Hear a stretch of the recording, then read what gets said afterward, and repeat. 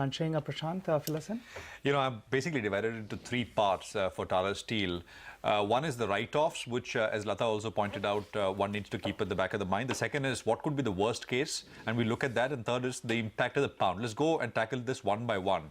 So the first is Mr. Mistry in his letter alleging that the $10 billion, the total write-off potentials, only some of it has been taken, which means there is more to come. Let's consider some facts. Tata Steel bought Corus for about $13.6 billion many years back. It's estimated they spent another $4 to $5 billion on the asset over the last many years. The issue really is, what is the market ascribe as a value to Tata Steel?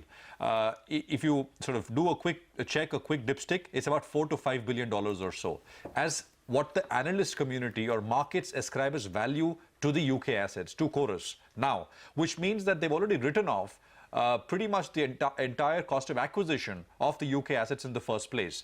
It's an important point to note, because if what Mr. Mistry is alleging is true and more needs to be written off, and it's possible, the market is already well covered in that sense. They've written off far more than what Tata Steel can now write off post these facts. So that is point number one.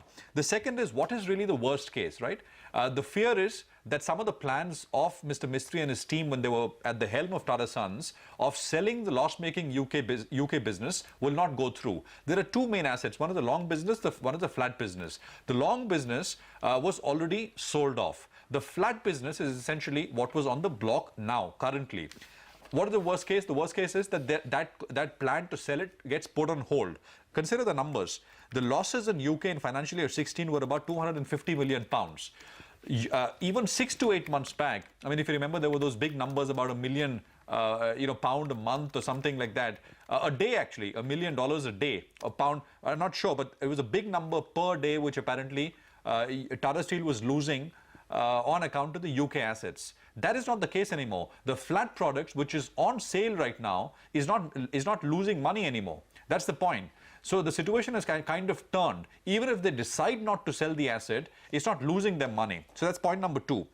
Third is the pound impact, and this is very, very significant. Of course, it's got nothing to do with what Tatas and Mistries are saying and putting out there. But the pound is down about 20% since the Brexit vote.